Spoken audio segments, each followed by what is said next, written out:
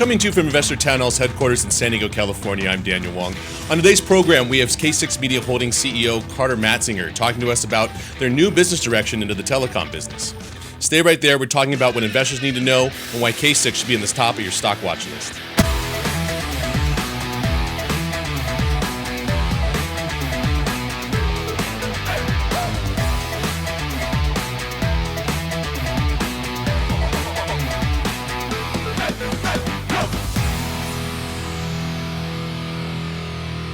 CEO of KSIX Media Holdings, Carter Matzinger, is back with us today. And Carter, thanks so much for taking the time. Thank you.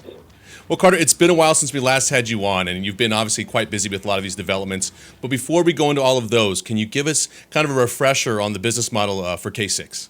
Yeah, so KSIX Media Holdings is a diversified digital ad agency. What that is that we have a few different components within our business. One is an ad network, and that's where we have a bunch of affiliates that drive traffic to advertisers and their web pages. And then another one is where we do a lot of the Facebook and Google media buying and advertising. What that is on Google, when you type in something in the search engine and you see something in the top 3-4 listings, you click on it, it goes to the web page. That's Google advertising. There's also banner ads and things like that are done as well. And then on Facebook, when you're scrolling through your posts and you run across an ad in the middle for, some sort of widget, and you click on it and it takes you to the website, that's the type of stuff we do. We build out the ads, we find the audience, we build out the page where people go to help it convert the best as possible. So that's really our main focus. And also you acquired DigitizeIQ last year. And your main revenue sources have been coming from KSIX Media and DigitizeIQ, correct? Correct, yeah. And now you just announced a recent acquisition with True Wireless. That's going to be another third revenue stream for you there. It was a $24 million acquisition, and they're doing $13.1 million in revenue so far.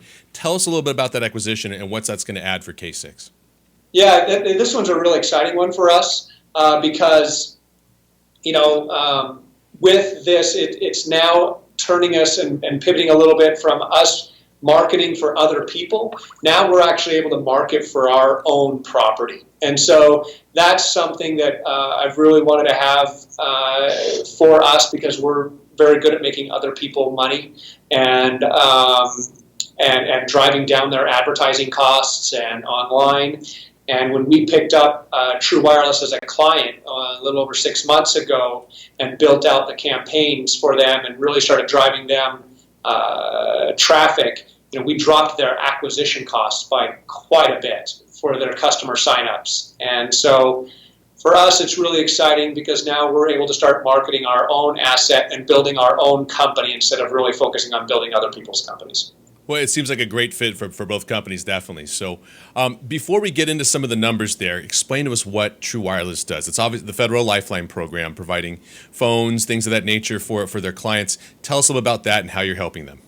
Yeah, so the Lifeline is a federal subsidized entity or segment of the government that supports low-income individuals to get cell service and phones, basically. Well, the phone's not really part of it, but True Wireless gives away a free phone, and it's a subsidized payment to their cell phone bill. So basically, for example, it's a $9.25 subsidy to the cell phone bill, which basically True Wireless says, hey, you can have free cell service for $9.25, and you can have 500 minutes of talk and text and 500 megabytes of data. So, one thing I want to make clear, because I get a lot of these questions ever since we've been going down this road, is, what is this, and is it something that's going to be taken away with this new government initiative and staffing?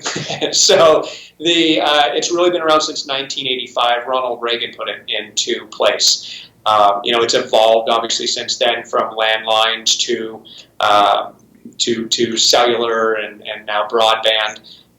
It's a very large program. It's not subsidized by tax dollars, so it's not actually the government paying for cell phone service for individuals. It's the way it's funded is actually through individuals like you and myself, through our own cell phone bill, there's a percentage fee that's taken out. And then the telecom carriers actually pay the government a lump sum of money, and then that's how it's dispersed out through the government. So the government monitors it, but it's really funded by individuals and the telecom carriers. So I want to kind of make that distinction, that it's not a tax dollar deal. Right, so we know where all those fees are going to now, and most people have never heard of the Federal Lifeline program, so I think it's important for people to see that. Definitely a big opportunity there. In 2013, True Wireless was producing $61 million in revenue, which is very, very impressive for a company of that size. In, I believe in 5 states they were approved back then. Is that correct? Yeah, correct. So they're actually licensed in 5 states. So, they're actually, carrier, an eligible telecom communication carrier, ETC.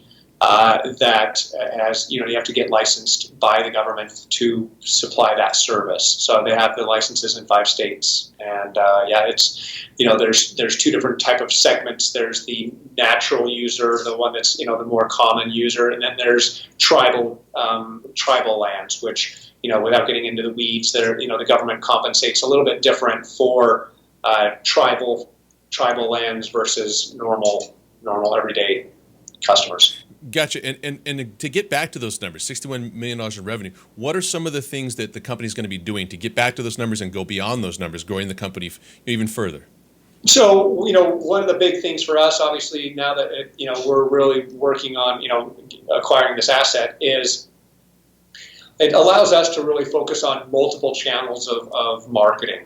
So, we can expand our Facebook marketing, we can expand the Google, we can do, native advertising without getting into too much detail, but it allows us to really keep expanding our talents instead of just focusing on a current market for a short amount of time, like what we do with attorneys. Right now we do it for class action lawsuits and drive leads to attorneys. And that's only as good as until that lawsuit's done. And then we have to pick up a new one. So this allows us to really keep expanding and driving sales for this. And then also, to really, keep the momentum going, we're going to keep the street teams out there working as well, so we can scale as quickly as possible. Well, congratulations. That's a big acquisition getting ready to be finalized here, pending FCC approval, hopefully shortly. Obviously, the company's heading in a little bit different direction now, the telecom business. Can you tell us about, why you're heading that way, why there's a little bit more focus in that area now? Yeah, there's going to be a lot of focus on our end for that. And it's because, again, we're really looking forward to marketing our own company and building out our own brand. We've been doing it with them for around 6-7 months, so it's not a new relationship. It's just not made up out of the air. We've actually transitioned this way, we reduced their sign-up costs by around 200-300%. So we've really impacted the bottom line for True Wireless for the signups and acquisitions of new customers. And so, that part's really exciting for us to really see how we can impact our own business and expand that avenue. Definitely. Well, congratulations on all of that. We'll look forward to hearing more on the developments as they progress here. But it looks like we're out of time for now. I'd like to thank our guest, KSIX Media Holdings CEO, Carter Matzinger, for being on the program today. Thank you very much for having me. Hey, Carter, we look forward to, as I said, having you on again soon. For our listeners and viewers out there, tune in to InvestorTownHall.com and catch more interviews and webcast videos here under the webcast section. Tune in next time.